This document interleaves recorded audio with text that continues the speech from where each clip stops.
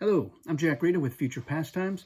I'm one of the designers on the expansions for the 2019 edition of Dune, published by Gale Force 9. In this video, I'm going to be talking about strategy tips for when you are playing the Fremen.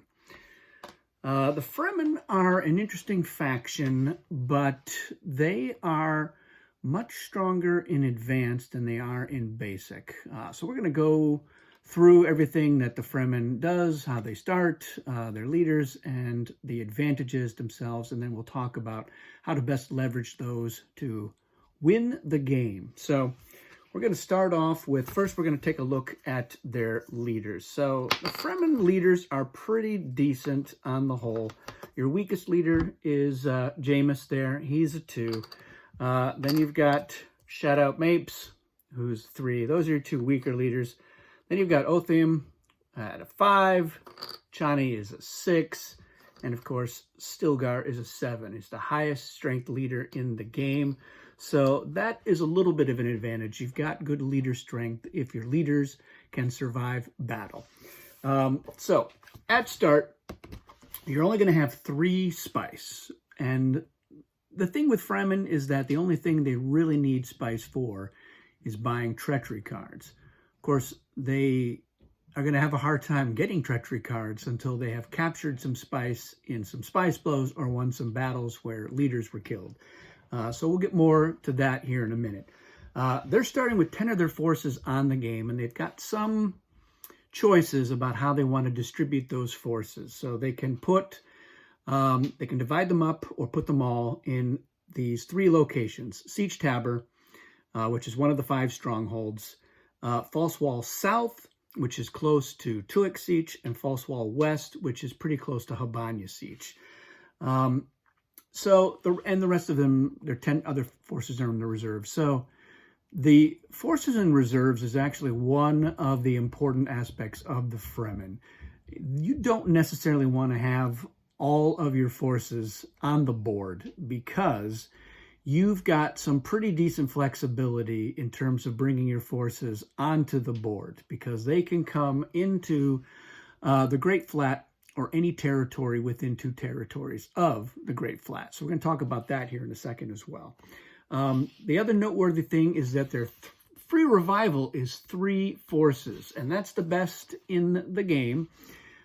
So we're going to come back to that as well. That's going to feed into the strategy that I think is best for when you're playing a Fremen. So let's look at their basic advantages.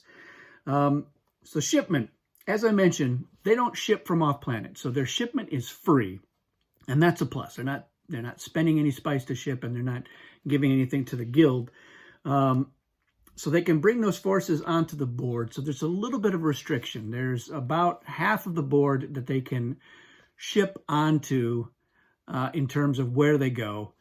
And the next advantage they have is movement, which is that they move 2 territories instead of 1, unless, of course, they're starting the shipping and movement phase in Carthag or Arakeen, and then they'll have 3 just like everyone else. But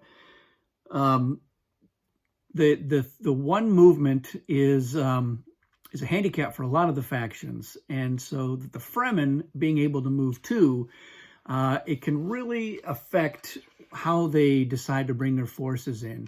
So I'm going to back it up and talk about where should we put those forces that when you're starting on the board, you have those 3 locations. I tend to put at least some of them by False Wall South, and that's the one that's next to Tuic Siege, and that is because it is close to 6 spice blows. And that's really what I think is more important than being close to Tuic Siege per se, although it's not a bad idea because Tuic is the one stronghold that you can't get to as the Fremen with your shipping and movement. You can get right up to it, but not quite get to Tuic Siege. So it's not a bad idea to have some forces starting the game over there.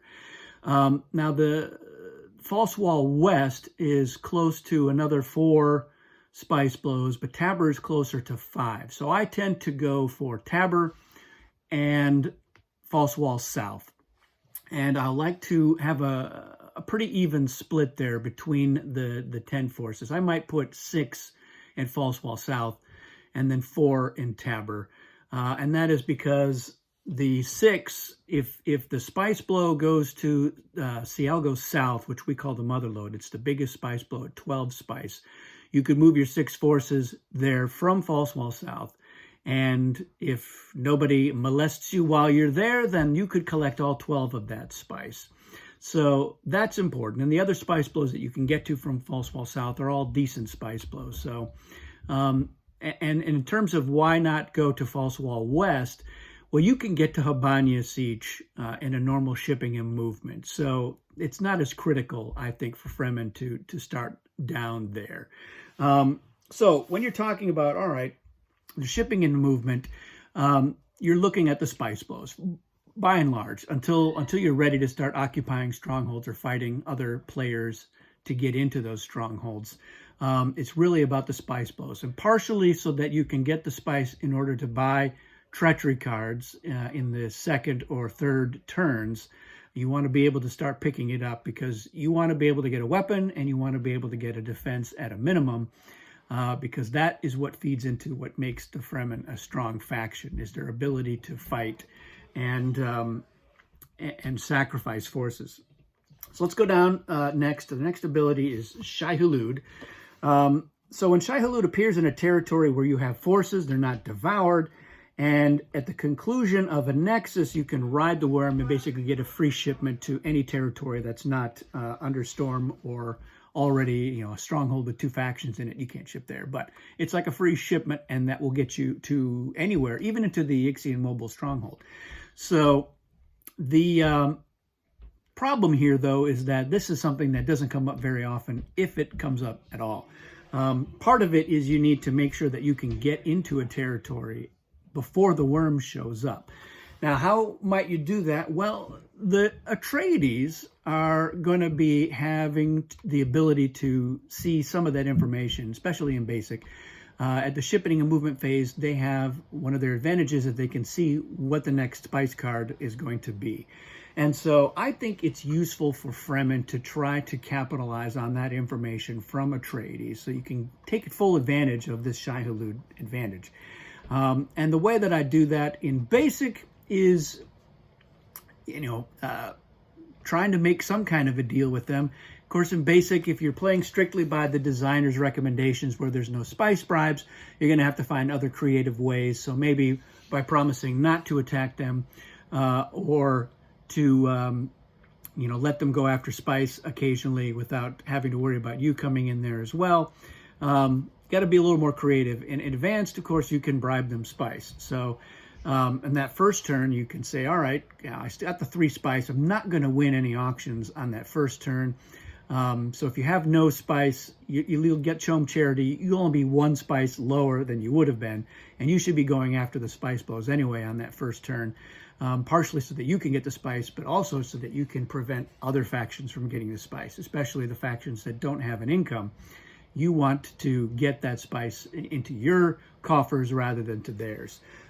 So if you are playing advanced, yes, you could bribe Atreides to know where that next spice blow is going to be, or to know what that next spice card is going to be, because when the next card is a worm, that's useful information. So let's go on to the last advantage in basic, which is the Fremen Victory condition. This is another thing that, you got to get to 10 turns. So it's preventing other players from winning the game leading up to the 10th turn. But then there's also other conditions. So if no faction has won by the end of the last turn, and if you or no one occupies Siege Tabor and Habanya Siege, and neither Harkonnen Atreides nor Emperor or Riches, if you're using them, occupies Tuik Siege, then you win the game. So there's a lot of ifs to accomplish that. But one of the things that you can do is to guard Tuiks as much as you can, and you can always ship and move into Habanya. If you've got those forces that started off at False Wall South, and they aren't all killed in some battles down there, you've got some forces that can get to Tuiks, presumably. So you don't necessarily have to hold those strongholds. You just have to prevent those factions from controlling Tuiks anyway. and try to keep everybody out. So one of the things that you can do, of course, is full dial in a battle in order to make sure that you wipe out the other player. So that's really what it's about. And the Fremen have the most flexibility when it comes to sacrificing forces, and that's because of their 3 free revival. So you can get into fights, you can dial a little higher, and something that we call doom stacking, which is bringing in a large enough force that even if your leader is killed, you can still out-dial the other player's forces and their leader strength if you're not able to also kill their leader. That's a lot of ifs there as well, and it's much easier for you to accomplish in advance, as we'll get to. So you can see why Fremen are just not that strong in basic. They've got to get a hold enough spice so that they can start buying treachery cards, and that's really the key. And it's when you've got weapons and hopefully also defenses, then you can capitalize on your strong leader strength and your ability to revive a lot of forces to get into battles and really shake things up with the other players. The other downside with Fremen is that their alliance advantage is also not super great. They're not very attractive allies. So what the advantage is that you can protect your ally from being devoured by the worm if it shows up, but they don't get to ride it. And you can also revive 3 forces for them during free revival, which is more useful to the factions that have a low free revival, like the Emperor, the Bene Gesserit, and the Guild. They only have 1 free revival, so they're getting 2 more for free by being your ally.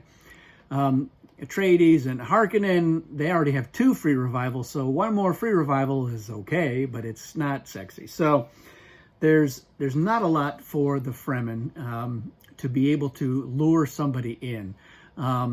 But, you know, if you get into an alliance with the Emperor, you can say, look, you can help me fill up my hand with cards, and then I can go blazing into battle and really tear things up for the other players. Because the other perk is that the Fremen special victory condition applies to your allies as well. So if you're ready for a long haul, you do get somebody just help you as a spoiler, because your ally, even if your ally is Harkonnen, Atreides, Emperor, Riches, they can occupy Tuix, and you'll still win with the victory condition, the special victory condition.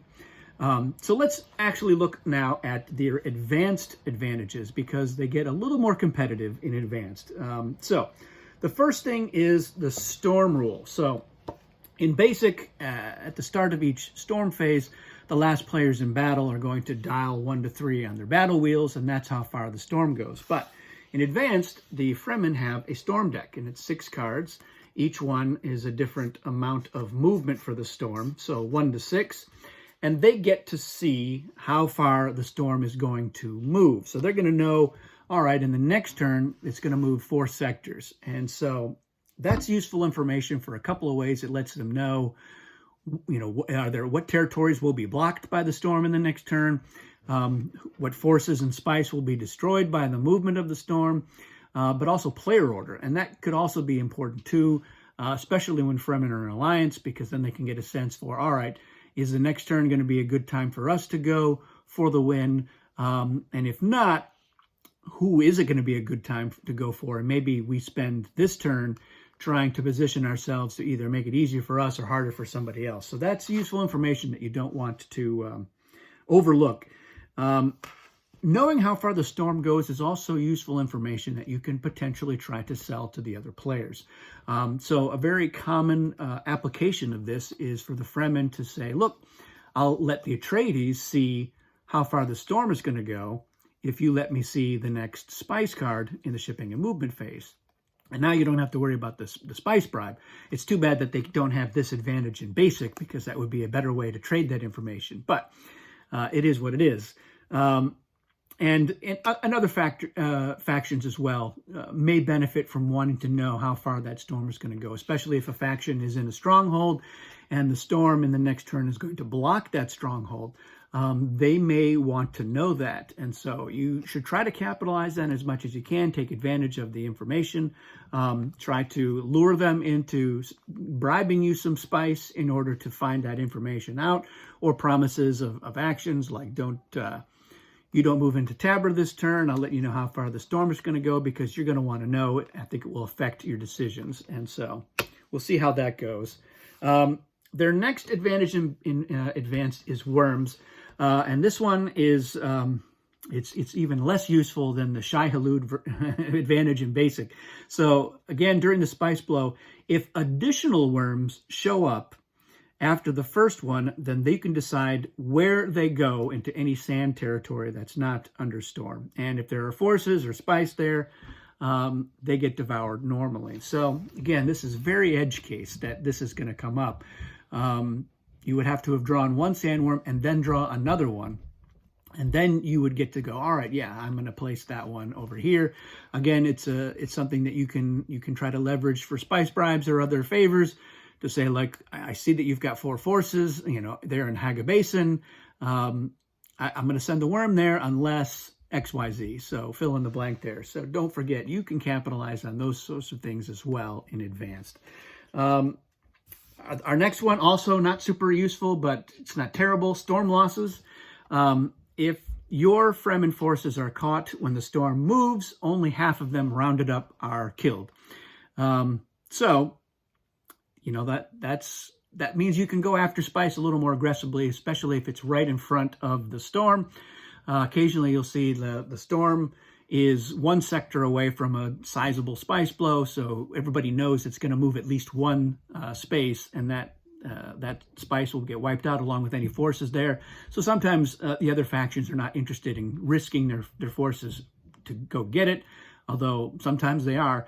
But you know that you could send 4 forces in there, only 2 of them would get killed. You can also ship your reserves into storm at half loss.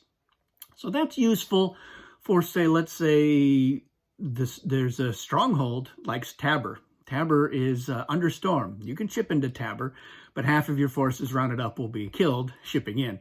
So, use that information however you can, knowing that you can do that. And occasionally it is useful, but a lot of times it's just not that good. Now we have the Fadikin. Fadikin is a pretty good advantage. It's 3 special forces. These are the normal forces, and your Fadikin are your starred forces.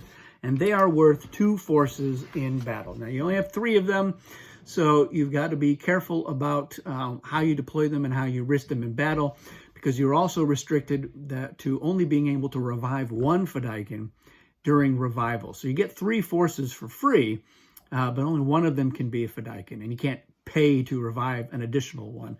So that restriction means you need to be, careful how you consider using them. For me, I think in the early part of the game, I like to keep them spread out a little bit, just so that I could have 3 groups of forces with 5 or 6 normal forces and a Fadikin. That's, a 7 or 8 strength in a battle if I need, which is hard for most other factions to easily counter. So that's not even a huge doom stack, but it's a sizable force to reckon with in advance, especially when we talk about the next advantage. And so maybe at the beginning of the game, I might have 1 Fadikin in False Wall South, and then 1 in Tabor, keep 1 in reserve so that I can bring it in. And then later in the game, you might say, yeah, it's good to have 2 Fadikin here in this larger force, or a nice mix of regular to Fadikin as a deterrent, or for when you really need that extra strength.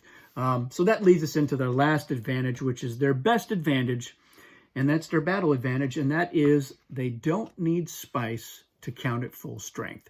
So in advanced, the other factions, when their forces are in battle and they're dialing their strength to see how much they're willing to sacrifice in order to win, each force only counts as half a point, and they have to spend a spice to count that force as a full point.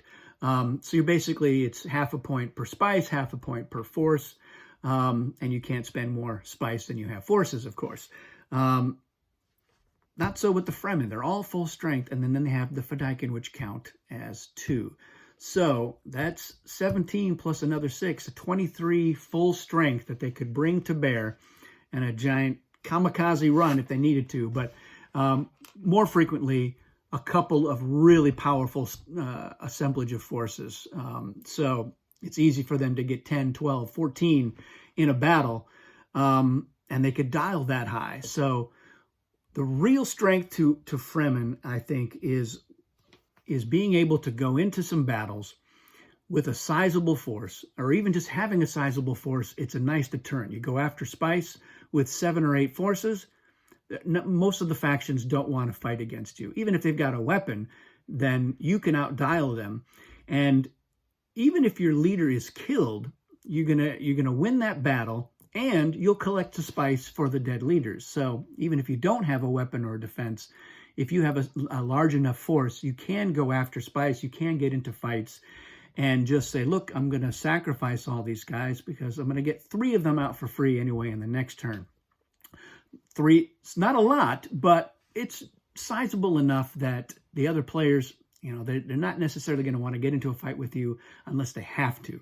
So when it's not even your turn when I'm the Fremen, I would like to say, look, don't go after that spice there because I'm bringing in 8 forces. And I'll bring in 10 forces if I need to and just wipe you off the map. And so sometimes that works. Cagey players are like, I don't want to get into a fight where even if I've got a weapon and a defense and my leader won't be killed, I'm still going to lose it because then they'll lose their treachery cards as well. So that's the real strength, I think, with Fremen, is that you've got that flexibility to do that. You can sacrifice a lot of your forces to win those fights, forcing other players to maybe lose treachery cards if they can't win. And when you do have a weapon or defense, you can maybe kill some of these leaders as well and collect the extra spice. And Fremen with a lot of spice, they've got a lot more flexibility. They can get into fights, they can get rid of treachery cards they don't need, and afford to buy more because that's all they need to spend that spice on. Now, once the Fremen do have a lot of spice, if they've gone after spice in spice blows and collected it, if they've got into a couple of fights and have collected spice for dead leaders, they can stockpile some of that spice, especially if they've picked up a couple of good treachery cards. And having a decent amount of spice does make up for their other alliance deficiencies because allies can help pay for each other's treachery cards and shipping. Now, normally, the Fremen are looking for somebody to be their sugar daddy who can help to pay for their treachery cards. But if you got yourself into a position where you can help your ally, then you're a much more attractive ally yourself. So that's basically it with the Fremen. I mean, you've got to be aggressive, I think. And sometimes you just have to have a strong show of force. You don't necessarily have to get into a fight. If you're able to get the spice on that board and prevent somebody else from getting it. And don't be afraid to full dial, to say, look, I'm going to go ahead and sacrifice all these guys just to make sure I win that battle. That way, I will collect spice for the dead leaders, even if I'm not collecting spice in that territory if you're fighting in the desert. Let me know what your favorite strategies to use for Fremen. If there's a reason that you would prefer to put all of your troops down there in False Wall West, close to Habanya. Other ways that you're able to capitalize on these advantages depending on the mix of the other factions in the game. What's worked for you and any other epic stories that have happened while you've played Dune. Good luck with the Fremen. Try to play them in advance. They're much better that way as well. But even in basic, they're not terrible, but they're better at actually a lower player count. If you're playing 4P with Fremen, it's a little bit easier to manage how things are going, but I think still advanced is the way to go. So thanks for watching.